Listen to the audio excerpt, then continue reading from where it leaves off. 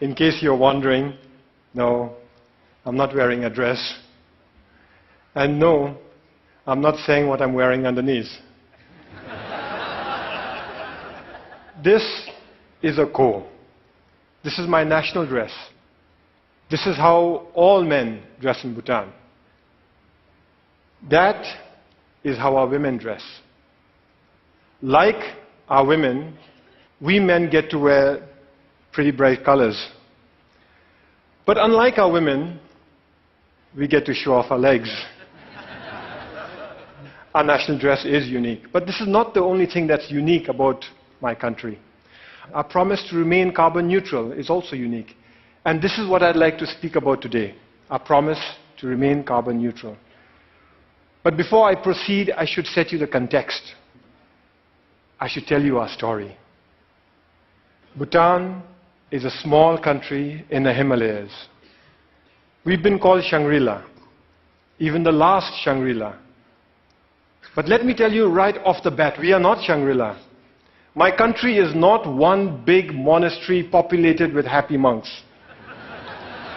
The reality is that there are barely 700,000 of us, sandwiched between two of the most populated countries on earth, China and India.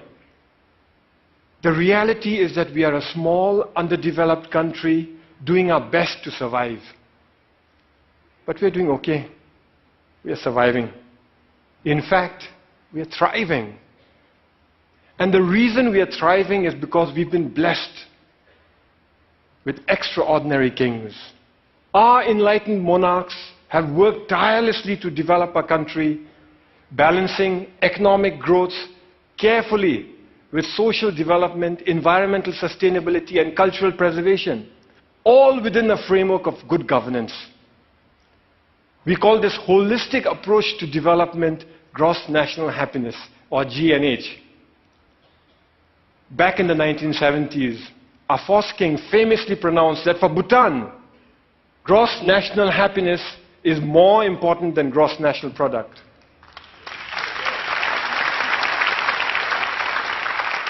Ever since, all development in Bhutan is driven by GNH, a pioneering vision that aims to improve the happiness and well-being of our people. But that's easier said than done, especially when you're one of the smallest economies in the world. Our entire GDP is less than $2 billion.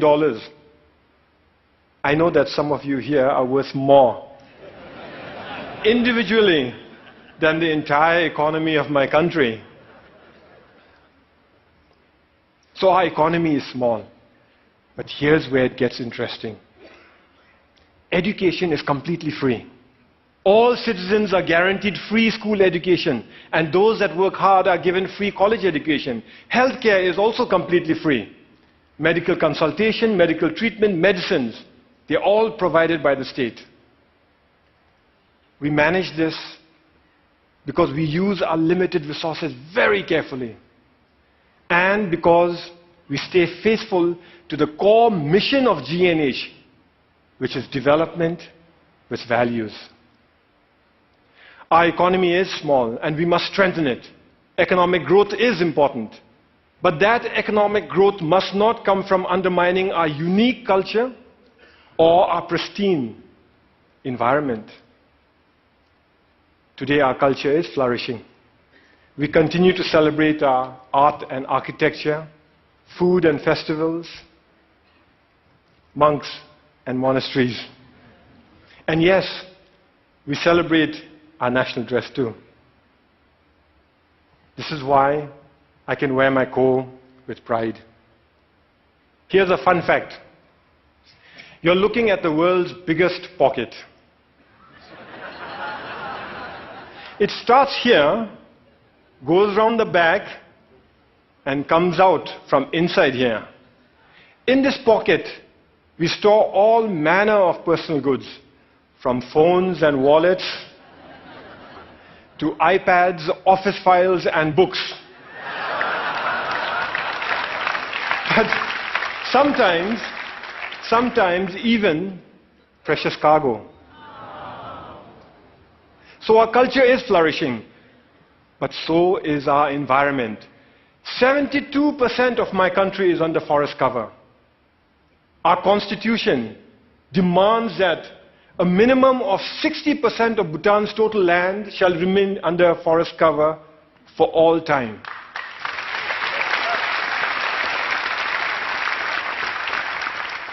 Our constitution, this constitution, imposes forest cover on us. Incidentally, our king used this constitution to impose democracy on us. You see, we, the people, didn't want democracy. We didn't ask for it. We didn't demand it. And we certainly didn't fight for it. Instead, our king imposed democracy on us by insisting that he include it in the constitution. But he went further. He included provisions in the constitution that empower the people to impeach their kings, and included provisions in here that require all our kings to retire at the age of 65. Fact is, we already have a king in retirement. Our previous king, the Great Fourth, retired 10 years ago at the peak of his popularity. He was all of 51 years at that time. So as I was saying, 72% of our country is under forest cover. And all that forest is pristine. That's why we are one of the few remaining global biodiversity hotspots in the world. And that's why we are a carbon neutral country. In a world that is threatened with climate change, we are a carbon neutral country. Turns out it's a big deal. Of the 200 odd countries in the world today, it looks like we are the only one that's carbon neutral. Actually, that's not quite accurate. Bhutan is not carbon neutral. Bhutan is carbon negative.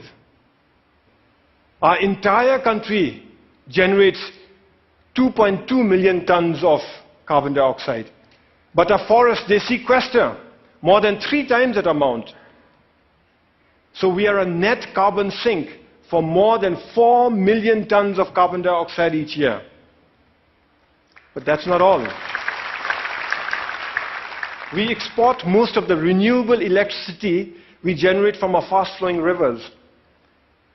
So today, the clean energy that we export offsets about 6 million tons of carbon dioxide in our neighborhood.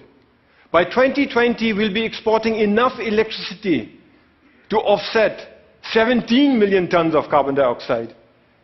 And if we were to harness even half our hydropower potential, and that's exactly what we're working at, the clean, green energy that we export would offset something like 50 million tons of carbon dioxide a year. That is more CO2 than what the entire city of New York generates in 1 year. So inside our country, we are a net carbon sink. Outside, we are offsetting carbon. And this is important stuff. You see, the world is getting warmer. And climate change is a reality. Climate change is affecting my country. Our glaciers are melting, causing flash floods and landslides, which in turn are causing disaster and widespread destruction in our country. I was at that lake recently. It's stunning. That's how it looked 10 years ago. And that's how it looked 20 years ago. Just 20 years ago, that lake didn't exist. It was a solid glacier. A few years ago, a similar lake breached its dams and wreaked havoc in the valleys below. That destruction was caused by one glacial lake. We have 2,700 of them to contend with. The point is this: my country and my people have done nothing to contribute to global warming. but we are already bearing the brunt of its consequences. And for a small, poor country, one that is landlocked and mountainous, it is very difficult. But we are not going to sit on our hands doing nothing. We will fight climate change. That's why we have promised to remain carbon neutral. We first made this promise in 2009 during COP15 in Copenhagen. But nobody noticed.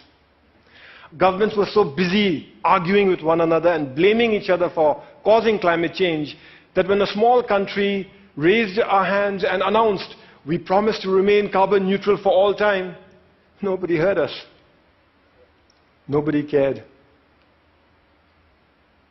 Last December in Paris, at COP21, we reiterated our promise to remain carbon neutral for all time to come. This time we were heard. We were noticed and everybody cared. What was different in Paris was that governments came around together to accept the realities of climate change and were willing to come together and act together and work together. All countries, from the very small to the very large, committed to reduce the greenhouse gases emissions. The UN Framework Convention for Climate Change says that if these so-called intended commitments are kept, we'd be closer to containing global warming by 2 degrees Celsius. By the way, I've requested the TED organizers here to turn up the heat in here by 2 degrees. So if some of you are feeling warmer than usual, you know who to blame. It's crucial that all of us keep our commitments. As far as Bhutan is concerned, we will keep our promise to remain carbon neutral. Here are some of the ways we are doing it. We are providing free electricity to our rural farmers. The idea is that with free electricity, they will no longer have to use firewood to cook their food. We are investing in sustainable transport and subsidizing the purchase of electric vehicles. Similarly, we are subsidizing the cost of LED lights, and our entire government is trying to go paperless. We are cleaning up our entire country through Clean Bhutan, a national program, and we are planting trees throughout our country through Green Bhutan, another national program. But it is our protected areas that are at the core of our carbon neutral strategy. Our protected areas are our carbon sink. They are our lungs. Today, more than half our country is protected as national parks, nature reserves, and wildlife sanctuaries. But the beauty is that we've connected them all with one another through a network of biological corridors. Now, what this means is that our animals are free to roam throughout our country. Take this tiger, for example. It was spotted at 250 meters above sea level in the hot subtropical jungles. 2 years later, that same tiger was spotted near 4,000 meters in our cold alpine mountains. Isn't that awesome?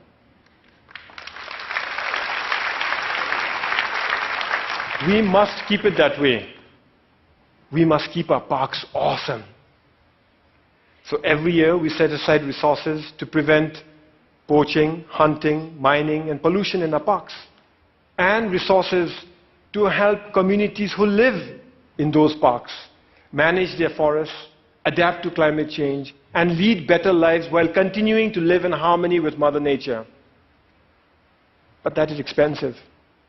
Over the next few years, our small economy won't have the resources to cover all the costs that are required to protect our environment. In fact, when we run the numbers, it looks like it'll take us at least 15 years before we can fully finance all our conservation efforts. But neither Bhutan nor the world can afford to spend 15 years going backwards. This is why His Majesty the King started Bhutan for Life. Bhutan for Life gives us the time we need. It gives us breathing room. It is essentially a funding mechanism to look after our parks, to protect our parks, till our government can take over on our own fully. The idea is to raise a transition fund from individual donors, corporations, and institutions. But the deal is closed only after predetermined conditions are met and all funds committed. So multi-party, single closing, an idea we borrowed from Wall Street. This means that individual donors can commit without having to worry that they'll be left supporting an underfunded plan. It's something like a Kickstarter project, only with a 15-year time horizon and millions of tons of carbon dioxide at stake. Once the deal is closed, we use the transition fund to protect our parks, giving our government time to increase our own funding gradually till the end of the 15-year period. After that, our government guarantees full funding forever. We're almost there. We expect to close later this year. Naturally, I'm pretty excited.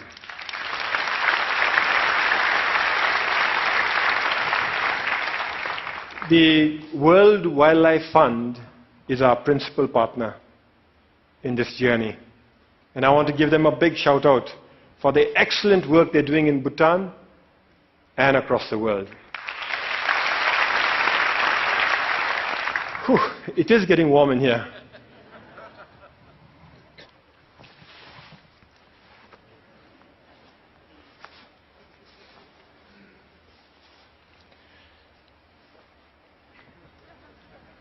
I thank you for listening to our story.